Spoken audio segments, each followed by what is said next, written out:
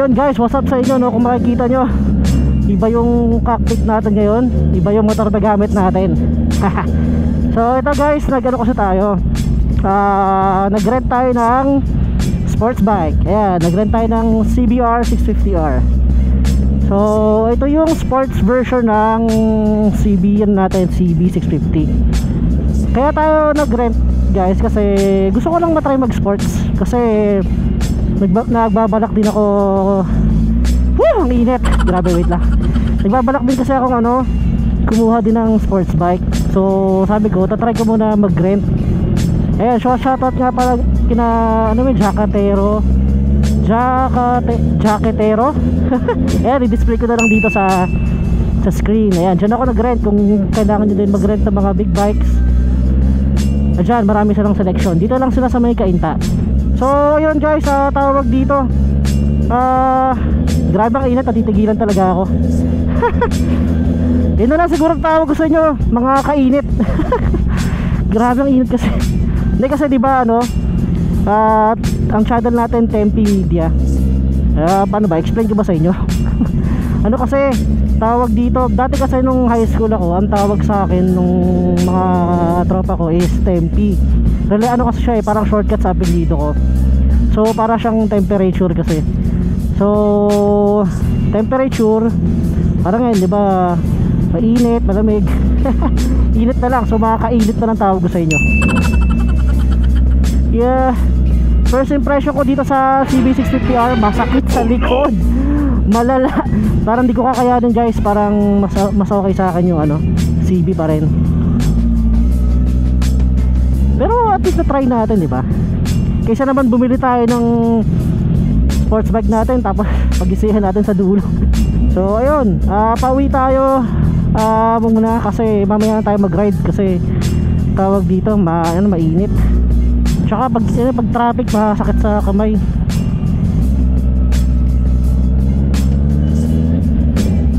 Grabe ba? Ang sakit sa likod. Nakakalay boy. Ewan ko kung masasanay ako dito. Pero parang hindi. Testingin natin, at least man lang matry natin. Hindi ko alam kung may quick shifter na to Parang wala masakit sa kamay, masakit sa likod. Buti na lang nag-rent muna tayo kasi baka mamaya pag-isihan natin na kumuha tayo ng itong sports bike, tas diba, hindi natin masyado magamit kasi masakit sa likod. O baka hindi lang kasi ako sanay pa.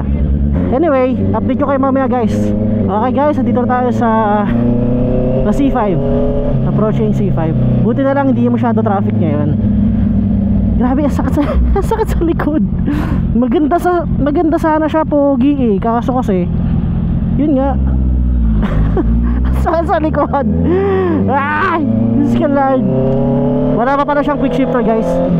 Tumigil kasi ako kanina doon Sinek ko yung bike. So manual lang muna tayo. Pero power, pareho doon sa CB natin.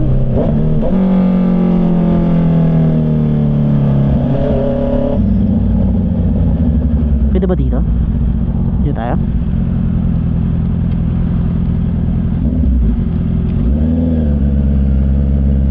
Oo nga pala, dapat pala tawag sa inyo mga kainit. Hay! Tayo yung nag-iinit. Mga kainit. Corny parang corny Masakit talaga siya sa likod. Pero itong CBR, siya, sports touring pa to. Hindi siya kasing sub-sub ng mga ZX6R Although siguro hindi lang tayo ganun katangkad kaya parang sub-sub pa rin tayo. Grabe, masakit. Nakakalay agad ako. Talagang hindi pa ako sanay. Sanayan lang siguro. Ouch, ang init. Napapaso ako dun sa paa ko. Mamaya na lang tayo mag-ride pag gabi na. Hindi rin maganda mag-ride yun, sobrang init talaga. Mamaya natin testingin kung ano ba natin to, kung makakaya ba natin ang pagkayuko ng CBR 650R. Gwapo nga lang talaga yung itsura mo, no? Kaso yun nga lang, talagang sob-sob. Sub Gaming. Nagde-decide pa din talaga ako kasi kung anong type of bike kung aanahin muna natin, i-keep muna natin. Ang pinaka-use kasi sa akin ng bike ngayon is gusto ko gagawin yun, tornilyo. Yun nga, ang pinaka-use kasi sa akin ang bike ngayon is gusto ko mag long ride, yung pa probinsya, ganyan. Long ride talaga.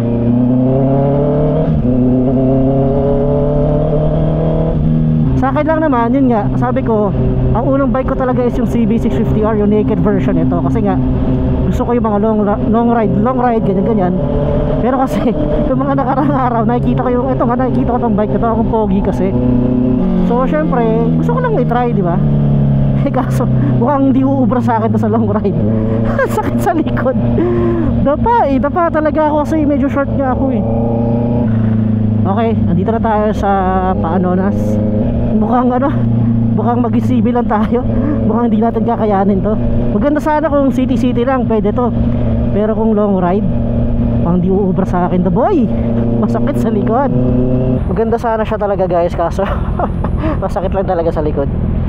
Wala, hindi tayo naka-lowered pala siya, kaya pala sobrang baba niya. Ni-lowered na siya guys, oh.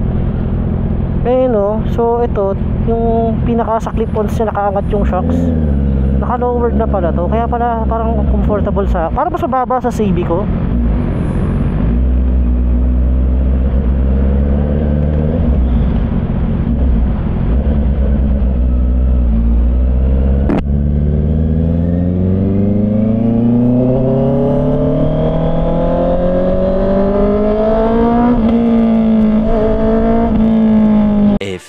Moments later. Okay guys, what's up sa inyo ulit? Dito na naman tayo, resume natin yung video. So ito gawin na, mag-test ride tayo ulit. Wait, ayan. Gagamitin natin tong CBR, itong rent natin. Itong CB dito muna. Chill ka lang dyan. So tetestingin natin kung kakayanin ba natin tong CBR sports bike, sports version itong CB650R. Tingnan natin kung kaya ba natin tumagal sa ganitong klaseng bike.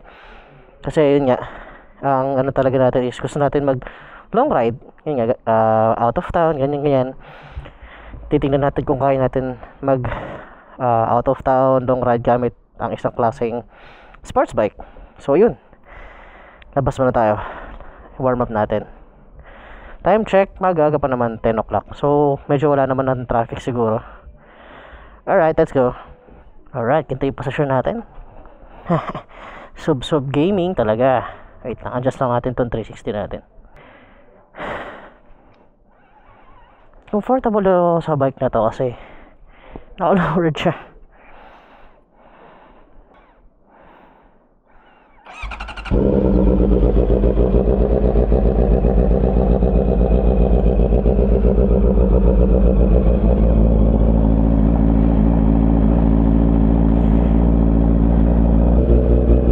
Okay guys, so painitin lang muna natin itong bike. Pag lumabas na yung 2 bars, saka tayo pwede lumarga. Again, dapat natin ingatan to, no? Kasi hindi sa atin to. Nirent lang natin. So dapat extra careful tayo sa bike na to. Okay, 2 bars na. Let's go. Naka side stand pala. Fail. Again, take 2. Yung, let's go.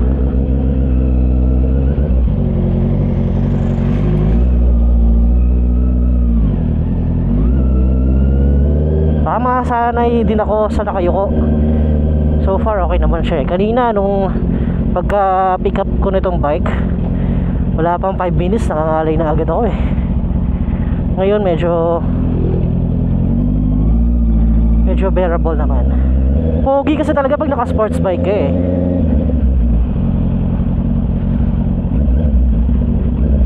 So dadaan muna tayo dun sa tropa natin na isa.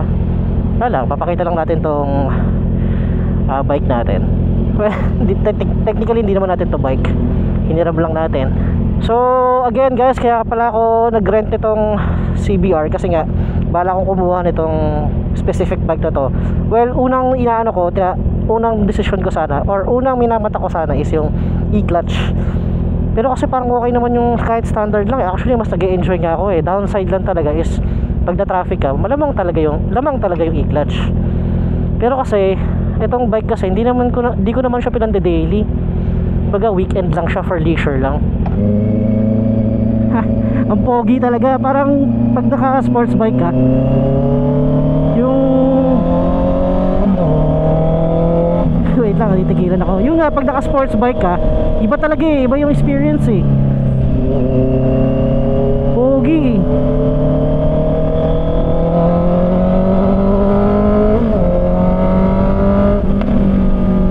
May backfire pa to ah. Woohoo!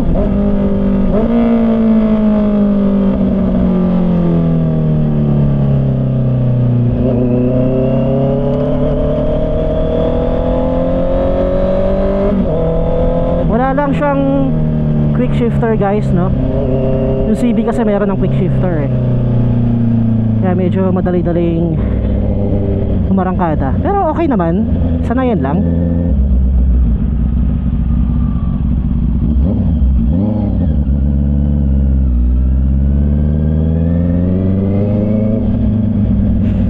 So ayun guys, so ay o nga pala mali, mga kainit na pala dapat itawag sa inyo.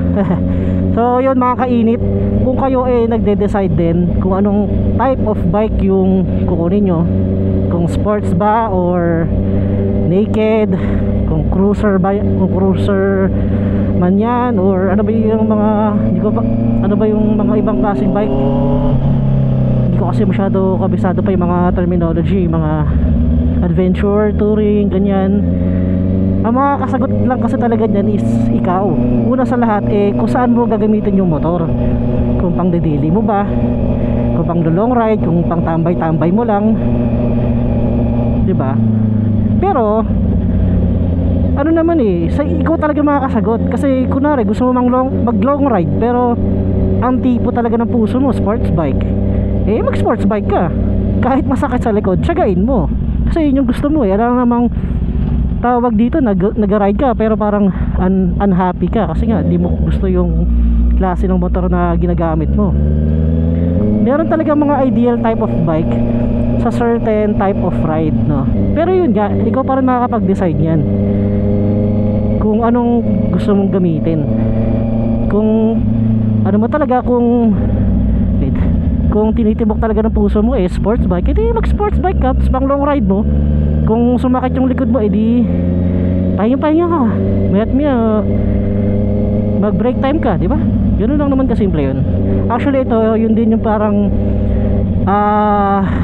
pinagdedesisyonan ko na kung anong klaseng motor anong klaseng motor yung ikikip ko for now. Kung ikikip ko ba yung naked, yung CB, or ipapalit ko tong CBR. Pero mukhang kaya naman. Ano lang talaga siya, medyo talaga mangangalay ka sa likod. Hindi ka tulad ng sport, ng naked. Ha? Mas maingay siya, no? Naka-loop kasi yung exhaust Okay naman. Medyo kanina paglabas ko, mga 2 minutes, 3 minutes in, nangangalay agad ako Ngayon okay naman.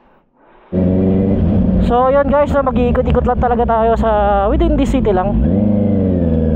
So bahala na ako sa tayo mapadpad. So gusto ko lang talaga ma-test yung stamina ko when it comes to this type of bike. Tingnan natin kung kakayanin ko gamitin to pang long ride. So ikot lang siguro tayo sa may Centris muna. Tapos ewan ko, bahala na kung saan dali nung kalye.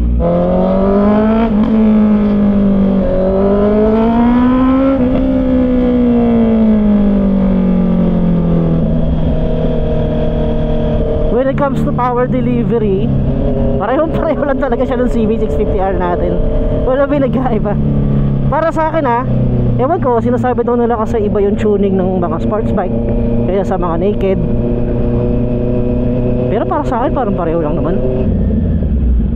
So far di pa naman sumasakit yung likod ko.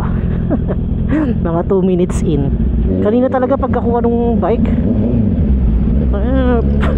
isang kanto pa lang masakit agad yung likod ko Tsaka napansin ko, mas malakas yung preno nito kaysa yung CB natin. Baka siguro bago pa kasi. Technically almost brand new pa tong bike na to, kahit for rent siya. Odometer nito, ha? No. Oh boss. Shoutout daw kay sir, oh. Shoutout dito sir, oh. Nagpa-shoutout si sir. Hindi ko siya masyado marinig kasi maingat yung exhaust natin eh. Pero yun nga, technically parang bago pa tong bike eh, kahit for rent siya. Kasi ito yung tinatakbo pa lang niya, 3446.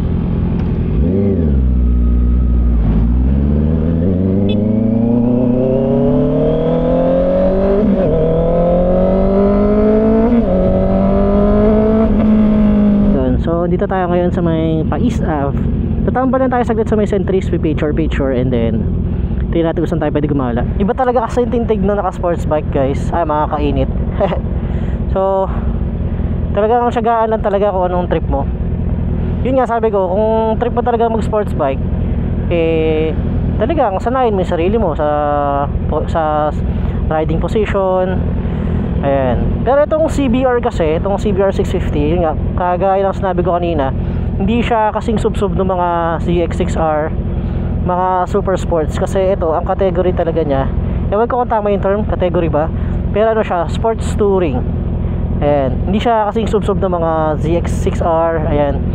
ZX4R, alam ko pareho sila, yung 400cc na inline 4 ng Kawasaki.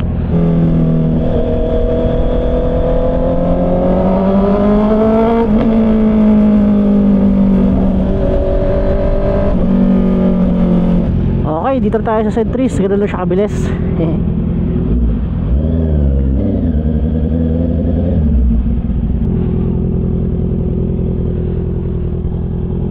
Pogi talaga ng sports bike. Iba talaga mga kainit. Iba talaga yung dating ng sports bike guys.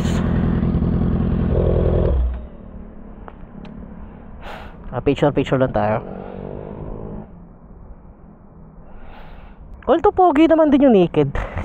Kanya-kanya ding preference yun eh.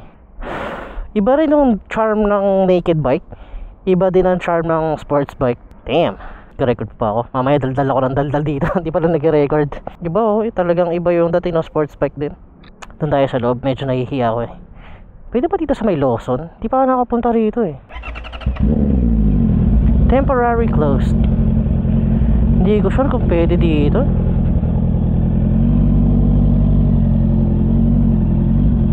Gagi. Hindi ko sure kung pwede dito.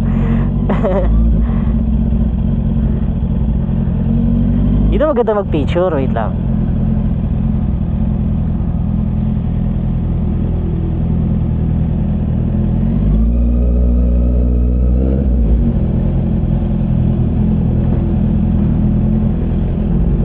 Yung itsura natin. Pogi talaga. Shit. Mukhang decided na ako kunin talaga tong ano, tong CBR. Oh my god. Wait lang.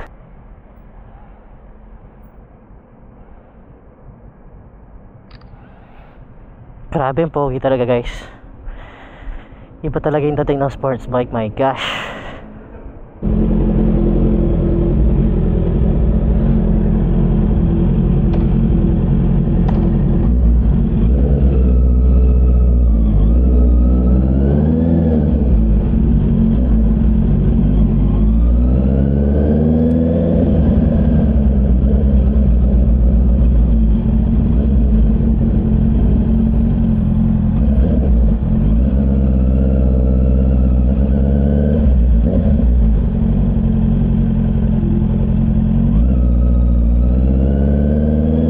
So ito guys, paalis na tayo dito sa Centris.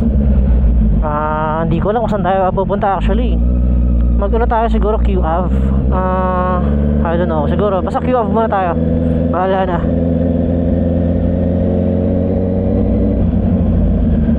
Testingin lang natin ang testingin hanggang tayo ay mga alay, char.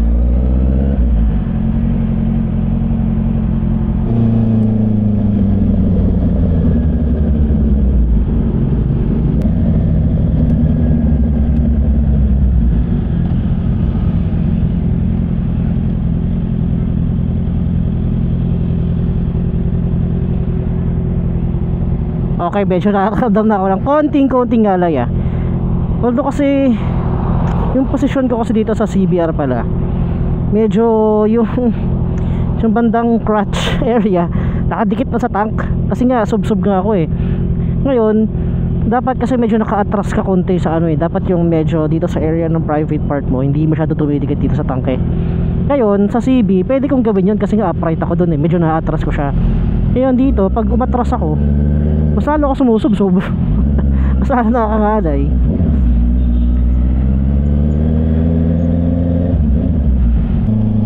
Feeling ko ngayong umpisa lang kasi nga first time nating sumubsob ang pangit pakinggan, first nating sumubsob.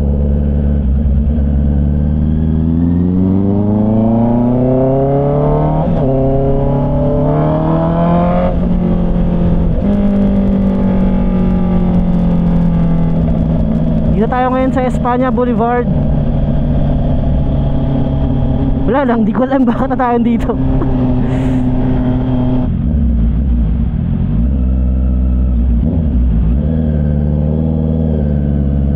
Gugutom na ako kaya pwede kumain. At lang siguro tayo sa may bandang FEU. Yun lang, nakaramdam na ako ng alay. Sa may FEU ikot tayo doon, ang aking dating eskwelahan.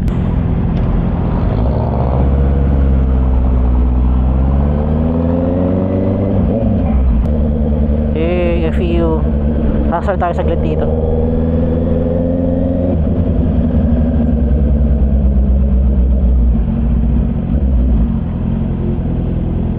Haha, grabe, ang dami memories dito. What's up kuya? Tinignan tayo Okay, mga kainit no. Medyo nakakaramdam na ako ng konting pagod. Sakit ang likod ko, yung bewang ko. Pero ito, papunta tayo ngayon sa may dito tayo sa may Aurora. Ikot lang tayo ng White Plains. After nun siguro pa Marikina, and then yun, uwi na. Siguro mga ano pa yun, 30 minutes.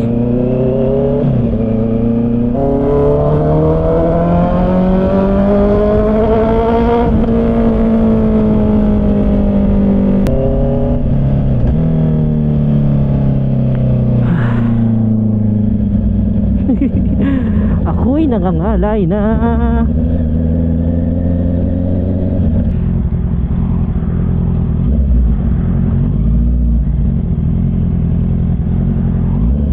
Go kuya, tali mo.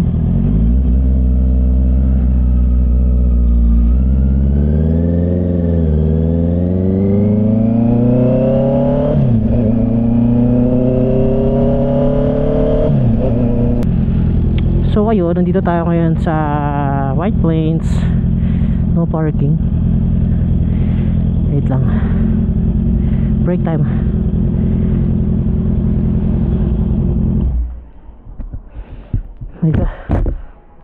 Okay mga kainit, tapos na tayo mag break time dito sa may White Plains Temple Drive. Kahit paano mga ano yun around mahigit 10 minutes, mga 15 minutes break time. So ayun, let's go, ikot tayo siguro sa may Marikina pa. Let's go.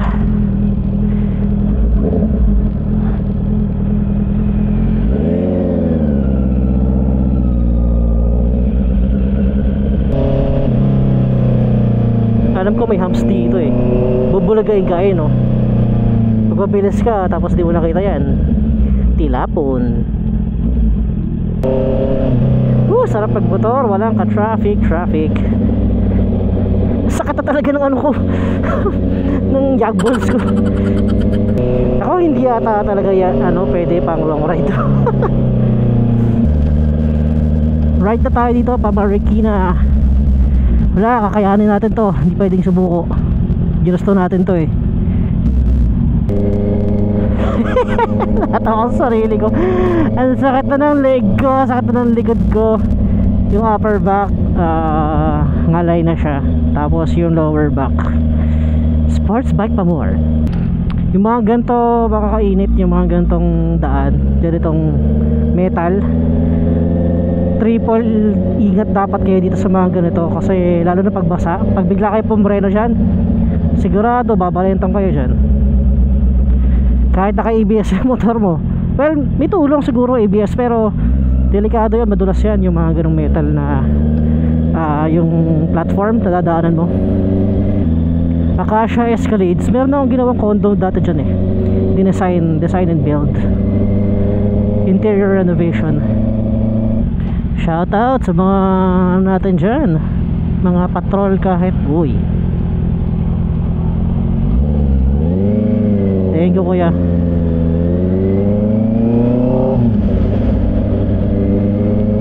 Shoutout nga pala sa mga patrol natin dyan na madaling araw nakabantay pa rin.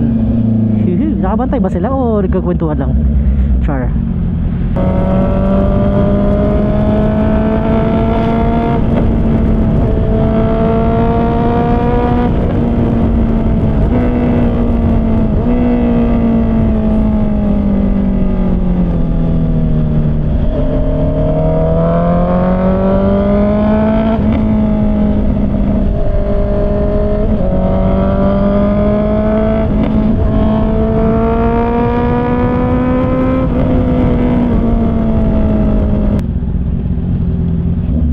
Pag bumibilis tayo konti, medyo nawawala yung ngalay siguro dahil sa adrenaline nga.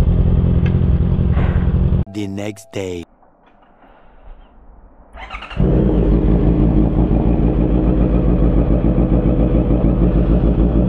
Yun, call start. Maatras yung bike naka-incline kasi. So ito, ibabalik natin tong CBR sa pinagrentahan natin. Time check 12:14 na ng tanghali. So yun yung CB natin. Maiwan ka muna dyan ulit Sorry lang natin to. So yun, call start lang natin to, then biyahe na ulit. Alright, let's go.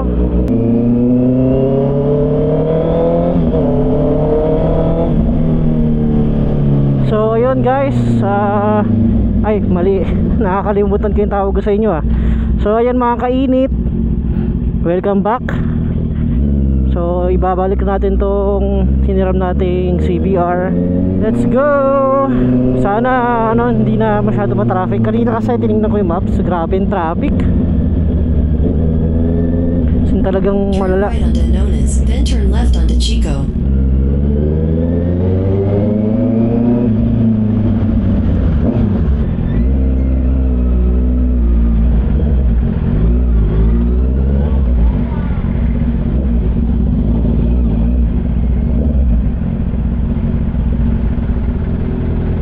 So ito guys, susubok tayo sa traffic gamit tong CBR. Dito ka mapapaisip na parang okay din yung e-clutch sa mga ganitong scenarios.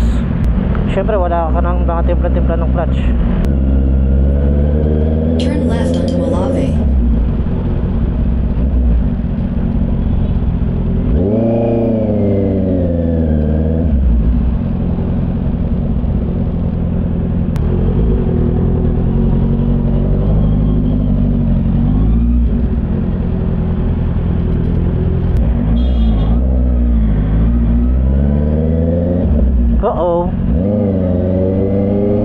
Mag-left dapat tayo dito makaharangan natin yung intersection. Diyos ko Lord, napakainit.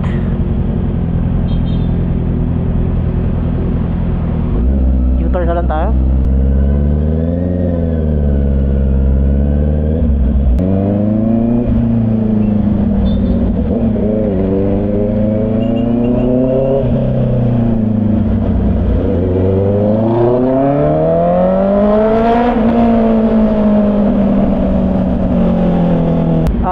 Bago pala tayo pumunta doon bago pala natin ito isole, papagas muna ulit tayo kasi nakakaya naman. Parang 4 bars kasi 4 bars ko siya kinuha. 4 bars naman siya ngayon, pero pasobra na natin ng kahit konti. Ang init sir, Diyos ko po, napakainit, mga kainit. Woo! 95 premium yan dito.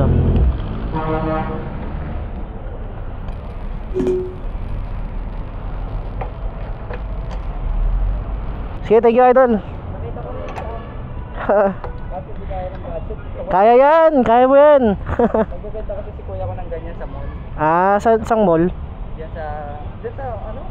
Pangasinan po, Sir Danel. Sige, master. Okay. Sige pa, sige pa. So, ayun, nakakainit. Hanggang ngayon, hindi pa rin ako makapag-decide kung mag-sports bike na ba ako o naked pa rin muna. Maganda kasi talaga tong sports bike, syempre. Iba yung binibigay niya na saya. Iba naman din yung binibigay na comfort nung naked. So, bahala na, mag-iisip-isip muna ako. Pero for now, siguro kikip ko muna yung CB. If ever naman na mag-sports bike ako, pag-iisipan ko mabuti kung yung E-Clash bike kukunin ko or yung standard lang. Shout out, galing kuya. So ito mga kainit, malapit na tayo dito sa pinagrentahan natin. Dito lang sa may Kainta. Shout out ulit, Jacketero. Turn left onto West Main. Hindi lang sila big bike yung mga pinaparent. Alam ko meron mga 4 wheels din. Check nyo na lang sa page nila. Ayan, so ito guys, malapit na tayo. Dito ka rin tatapusin yung video. Ayan, kung nag-enjoy ka dito sa ating episode ngayon, sa ating vlog, kindly leave a like, comment, and subscribe sa YouTube channel natin. Tsaka hit mo na rin yung notification bell para updated ka sa ating next vlog. So ayun guys, hanggang dito na lang muna ulit. Kita-kit sa next video. Ride safe, peace out, God bless. Alright, bye bye, peace out.